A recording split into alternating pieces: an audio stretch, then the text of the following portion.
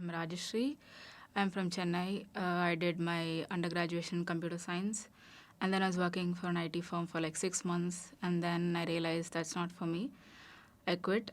I was working for Department of Public Health for almost 1.5 months in disease mitigation, and then I realized my interest is in public policy, and then I went on to pursue masters in public policy at University of Bristol, UK. And then after I finished my masters, I was working for WaterAid for almost 6 months, and then there's another wash related institute in Bristol. I was working with them for another 3 months, a small assignment, and then I came back to India, and then was lockdown. I was home for almost 6 months, and then applied for UFP.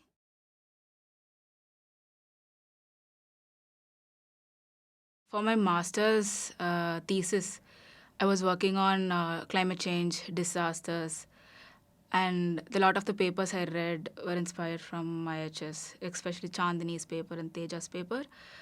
So I was thinking, I've heard of IITs. I was very curious, what is this IIHS? And then I Googled, and then I came to know that there is a fellowship program going on. I wanted to apply while I was doing my master's, but then my master's got prolonged. So then I had to apply it the next year, and I thought that'll be really interesting. So I applied it next year.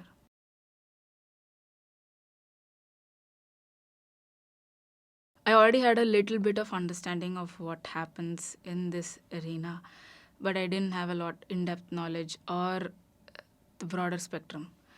So I thought this will be a good place to start with, and I also spoken to a few others, and they suggested this place would be the right way to start. I was really interested in research, and I'm very well aware of the knowledge that has been produced by IHS, and I thought a UFP program that comes from IHS would also contribute the same thing, and I'm really happy with the outcome and the sense like what I've learned from this course through the course, and I'm still learning.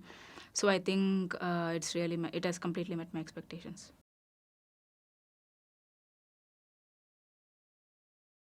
I think that is one of the reasons I applied for in the first place, because I am a computer science graduate and I never really liked the way I used computer science, especially in terms of the coding that I did. So, and during my internship with the Department of Public Health, they were using the same programming things to solve a very social issue, which was really interesting. And I never thought these two disciplines could speak. And at the same time, I was also looking at UFP program and how they were talking about interdisciplinarity. And it just was not with computers and urban issues. It's a lot of interdisciplinarity within the urban. And that was really intriguing. And I think I had a lot of expectations on it. And to be honest, I never realized urban had a lot of things in terms of like governance, planning, infrastructure, architecture, transport, mobility, and all such things. And I think that interdisciplinarity worked out really well for me because I was figuring out, my process of doing a PhD in the future. And I was very interested in this particular aspect of interdisciplinarity. And it worked out really well, especially the labs. The geospatial labs and the urban informatics lab worked out really well in my case. My love for programming has been rekindled. And I've found a new way to bridge my computer science and my knowledge in public policy and urban issues.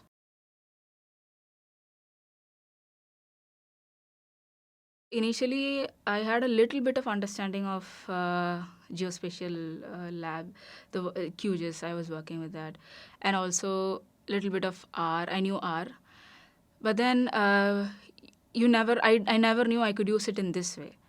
So when the class started, the creation of indices, how do you make sense of the census data?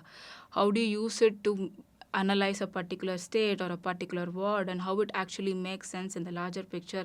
I was really interested. As it went on in the advanced skill labs we had in the third term, so I am learning about how do you use QGIS and the spatial data to extract the flood, the stream, the drainage network, and how do you analyze whether a particular city is flood prone or not? How do you make the analysis? And based on these interdisciplinary interactions, the recommendations that you give to a policy, the place where these suggestions would be executed will be very scientific. and then also be a place where people would look at it and see, okay, this is something I can understand, because the visualizations add a lot more value. So in that case, I think the labs worked out really well.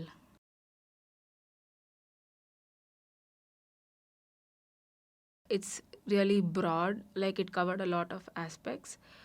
I expect a little bit of breadth, but nevertheless, I got introduced to a lot of terms, a lot of vocabularies, which I think I can engage in the future. It's just not going to remain at this level. This has given me a lot of terms. It has given me a new language to talk about the urban.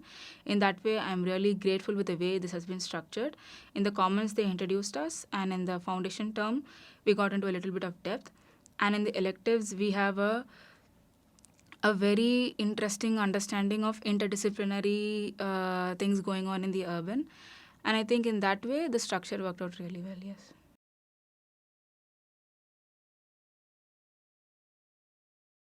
The most about the fellowship, I would say the faculty. Uh, they're very resourceful, they're very patient. The way they teach conveys how much of depth they have in the particular subject. They are subject matter experts.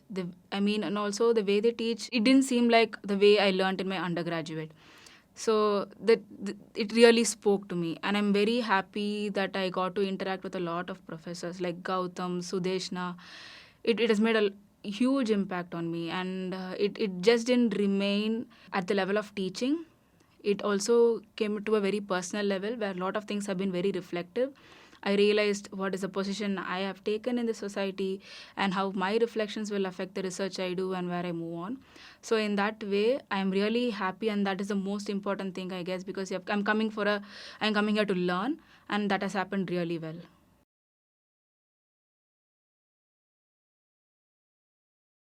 The online practica term was really interesting. I didn't initially take it seriously because I didn't know the value of it. But as the term progressed, and when you come into the second foundation term practica, you had to visit the field. And with the COVID, we had a lot of regulations going on. We had to be careful, we had to protect ourselves and also protect the people we're talking to. And I think the practica was very interesting because we did a lot of on-field research. We did a lot of walking. We did lot of talking. And then sometimes it didn't make sense. Sometimes it made a lot of sense. And then we reflected as a group. We sat down. We discussed where we are. We reflected with our faculty. The feedback was really important and very useful. And then as a project, when it came out really well and you presented, it's again a different feeling, because and for a few of us it's like our child, it's like a baby, because we've spent almost 3 months working on it. And when you present it, you hold it really close, and that project is something that grows with you. And I really liked the practica as well.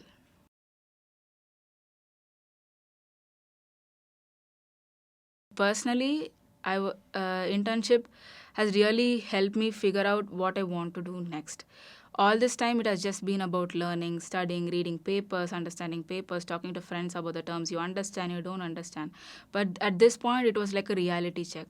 What do you want to do with life? Where do you want to go next? And since I wanted to pursue doctorate, I was thinking what direction I should take. And I had a lot of office hours, the interactions with faculty, which they asked me a lot of questions, which I think made me realize my standpoint, and it made things a lot more visible. And particularly the internship part to me right now looks like a space where I can take a breather and think of my future in terms of the PhD I want to do, the research question I want to formulate, the methodologies I want to use, and in what direction I want to go, the site of my study.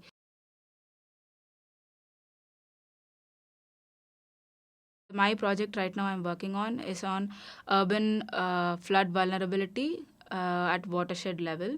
I'm working with the geospatial lab at IHS, and we are right now thinking of Hyderabad and the recent floods that happened in 2020. So we are using spatial indicators to think of how vulnerable Hyderabad is to floods, and if we can extrapolate it to drought as well. So right now the project is ongoing.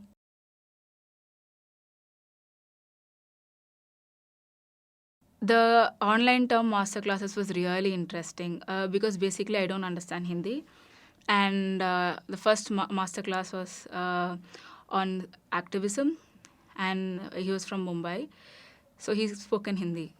I thought, oh my god, this is going to be really tough. But then Gautam came to rescue. So we had another separate channel for people who don't understand Hindi. So there was masterclass going in Hindi, and simultaneously it was translated to us in English. So there were a lot of times when masterclass happened to us. So I never felt left out, and I got the essence. We also spoke to chief director of the KIAL, Kempagowda Airport. We also had a lot of interesting master classes. The master classes were like around 1 hour to 1.5 hours, but it never seemed enough. And in addition to it, all the people who are like high level people who spoke to us gave us the space to come and talk to them after the masterclass. And I think that was a really interesting part which I've never seen before.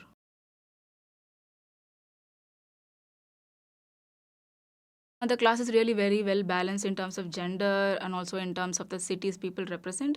So I am from Chennai and I have a few others from Tamil Nadu as well, and there are a lot of representation from South India. It's a good mix. And also in terms of the disciplines we come from. So we have engineers, we have architects, we also have designers, and it's a very good mix. And that has worked out really well in our batch because the variety of questions we ask and it probes in all directions and the answers we get. And that is where I realized the importance of a diverse class.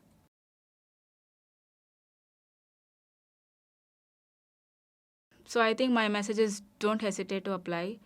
The first step is applying. So please do all the effort in application, apply. Attend the webinars that the faculty have with you, and you can get your questions sorted out. And that is how I paved my path. So I started by asking a question during the webinars, and it was really helpful. So, and if you're at a place where you do not know what step to take, if you're regretting your previous education or the work that you have done, I think UFP is the right place to begin with. I think that will help you figure out, or at least tell that you have the time that you've spent is not lost. You still have future, and UFP in that way has been really helpful to me because after my undergraduation I felt a little lost, and even after my post graduation I felt a little lost. After coming to UFP, I realized there is still some space to work out. There is definitely space. So I think if you're in that particular mind space, definitely you should apply, and I think UFP will help you.